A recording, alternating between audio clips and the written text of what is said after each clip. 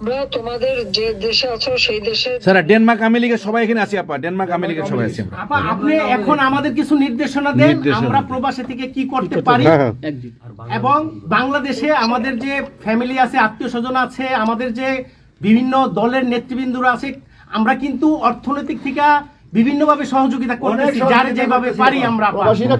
বাকিটা আপা আপনি নির্দেশনা দেন, আপনার নির্দেশনার মতো আমরা কাজ করব বাংলাদেশে এবং প্রবাসে।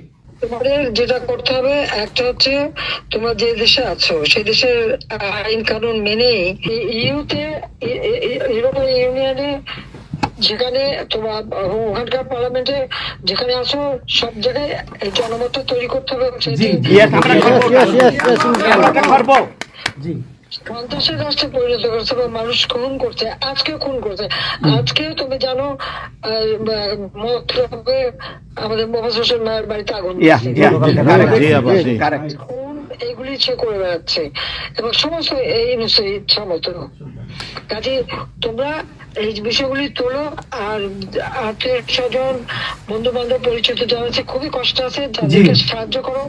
মামলা দিয়ে দিয়ে আমাদের নেতা কর্মীদের চরম হয়রানি করে যাচ্ছে, তাদেরকে সহযোগিতা করা, এই যে আইনজীবী ঠিক করা এবং আন্তর্জাতিক ভাবে কিভাবে মানে এদেরকে জনমত সৃষ্টি করা, সরকার যে অপকর্মগুলি করছে সেগুলি তুলে ধরা, এই কাজগুলি তোমাদের আমরা করব। আপা একটা জিনিস একটু সন্দেহ লাগতেছে আপা, দলের সাথে তোমরা থাকবা, কাজ করবা, আর দেশের ভিতরে মানুষকে যে এই সরকারকে না তাড়ালে দেশের মানুষের মুক্তি দেয়, যে এরা জঙ্গিদের সাথে হাত মিলিয়ে এই নিউজ যাকে সবচেয়ে বেশি সুবিধা আমি দিচ্ছি, গ্রামীণ ব্যাংকে 400 কোটি টাকা আমি দিয়েছিলাম যখন 96 সালে সরকারে ছিলাম, ব্যাংকটা বসে যাচ্ছিল। আমাদের অপরাধটা কি ছিল? কারণ ইউনুসের কথায় তারা এই হত্যাকাণ্ড চালিয়েছে এবং সেটা তারা বলছে।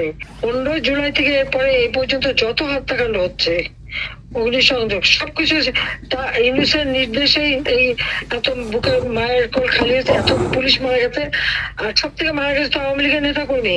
শুধুমাত্র ক্ষমতা লোভে এই লোকটা এইভাবে তার ম্যাটিকুলাসলি ডিজাইন করা অর্থাৎ সুপরিকল্পিত একটা প্ল্যান করে এই হত্যাকাণ্ড ঘটিয়ে সে সংবিধান লঙ্ঘন করে অবৈধভাবে ক্ষমতায় বসে আছে। এখন উনি নাকি আমাদের বিচার করবেন, সে নিজেই খুনি। ইউনুস নিজে খুনি, তার সমন্বয়করা খুনি। শেয়ার মার্কেটে টাকা উধাও, ব্যাংকে টাকা নাই, ব্যাংকের টাকা উধাও, গেল কোথায়?